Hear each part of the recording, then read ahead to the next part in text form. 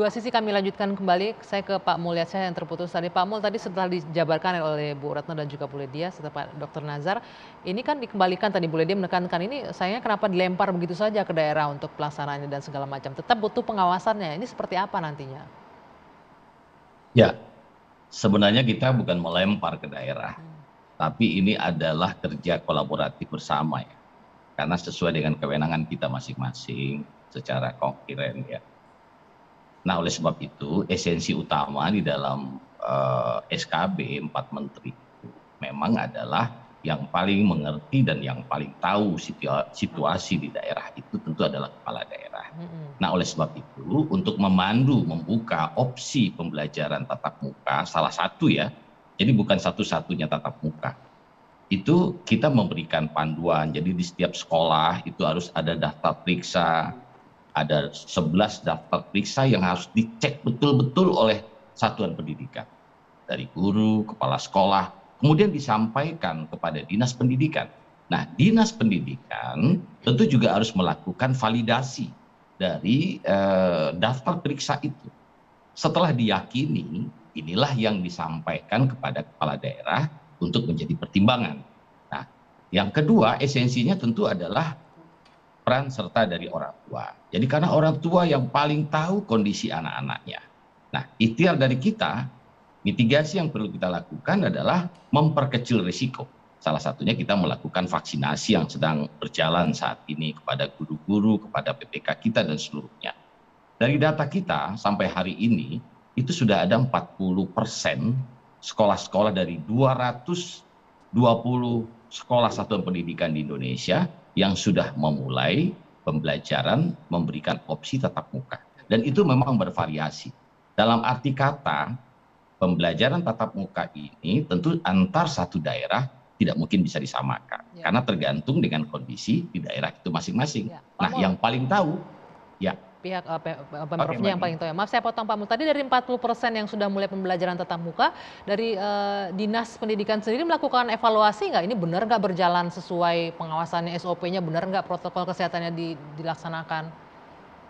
Ya, itulah kita secara masif sekarang ini dari Kemendikbudristek ya, melakukan sosialisasi ke daerah-daerah, dan pada satu kali dalam satu minggu kita mengadakan pertemuan rutin dengan jajaran dinas bersama UPT-UPT kita dalam rangka mengevaluasi itu. Karena tidak mungkin, karena memang prinsip pertama ketika kita membuka pembelajaran tatap muka itu adalah keselamatan dan kesehatan. Itu kata kunci. Kita tidak mungkin mengorbankan anak-anak kita. Tetapi di sisi lain kita juga harus memberi opsi pembelajaran. Apakah itu terbatas secara tatap muka atau mungkin pembelajaran secara jarak jauh. Jadi evaluasi selalu kita lakukan. Bahkan ini datanya selalu bergerak setiap hari. Ya. Baik. Nah, untuk selanjutnya kita akan mendengarkan bersama nih bagaimana suara dari orang tua. Tidak hanya Bu Retno juga orang tua, Bu Lydia juga, tapi kita akan mendengarkan dari penonton kita langsung nih. Ada penelpon yang sudah bergabung bersama kami malam hari ini, ada Ibu Widi dari Jakarta. Selamat malam Ibu Widi. Selamat malam. Ya, Ibu Widi bisa diceritakan nih pendapatnya. Apakah setuju untuk pembelajaran tatap muka atau tidak setuju dan mengapa?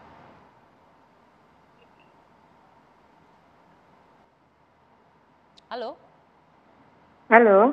Ya, Ibu Widi bisa dengar suara saya? Oh iya, bisa. Ya. Ibu Widi, bagaimana nih, apa yang disampaikan pendapatnya mengenai sekolah atau pembelajaran tatap muka yang akan berlangsung pada bulan depan? Oke, terima kasih. Ya. Assalamualaikum. Waalaikumsalam.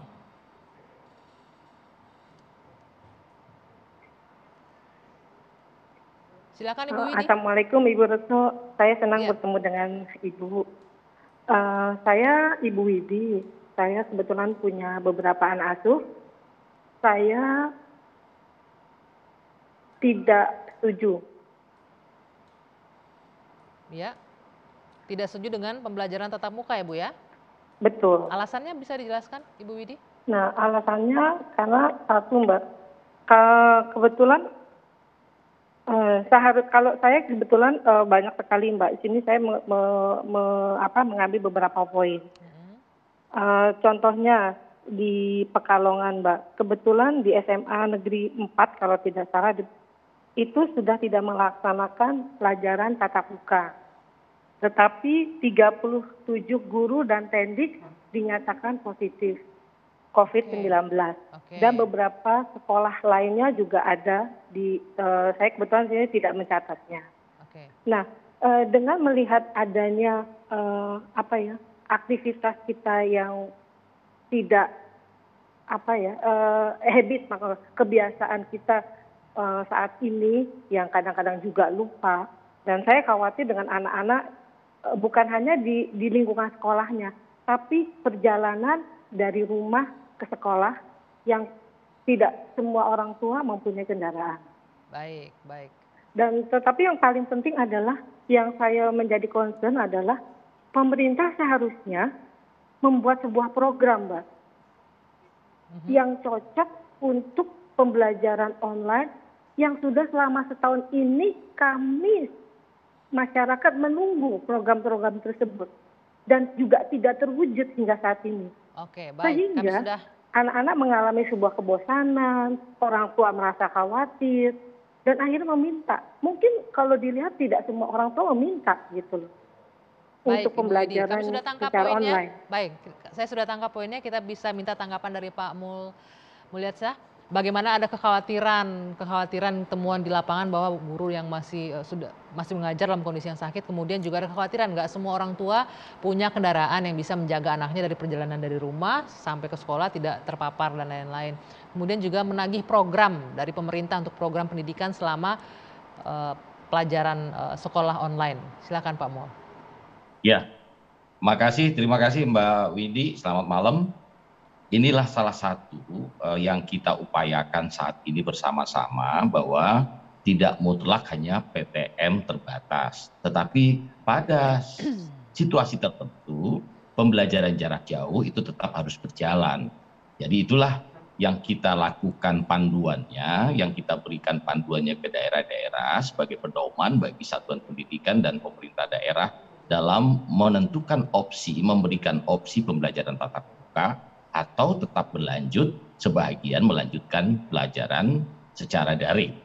Nah, terkait dengan pembelajaran secara daring ini, kita di Kementerian Pendidikan dan Kebudayaan dan Ristek ini sudah membuatkan platform digital yang bisa diunduh, yang bisa digunakan, yang bisa diperkaya oleh guru-guru kita di satuan pendidikan, dan bahkan kita juga bekerja sama dengan media-media penyiaran kayak TVRI dan seterusnya. Ini adalah bahagian dari cara kita memperkecil resiko anak-anak kita supaya tetap bisa belajar.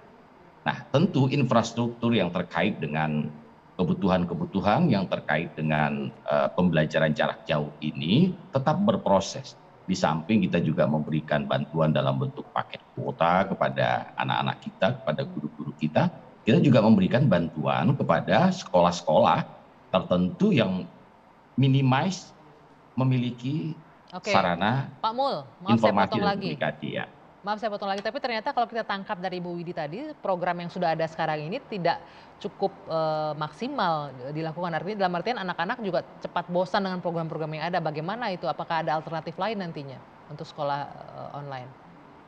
Ya, banyak contoh-contoh praktek-praktek baik di beberapa sekolah. Mereka melakukan blended program ya. Jadi ada guru kunjung, kemudian pada masa-masa tertentu guru-guru juga menghubungi anak-anak didik setelah melakukan pembelajaran jarak jauh, membangun komunikasi, say hello, dan memberikan kasih sayang, perhatian, dan seterusnya.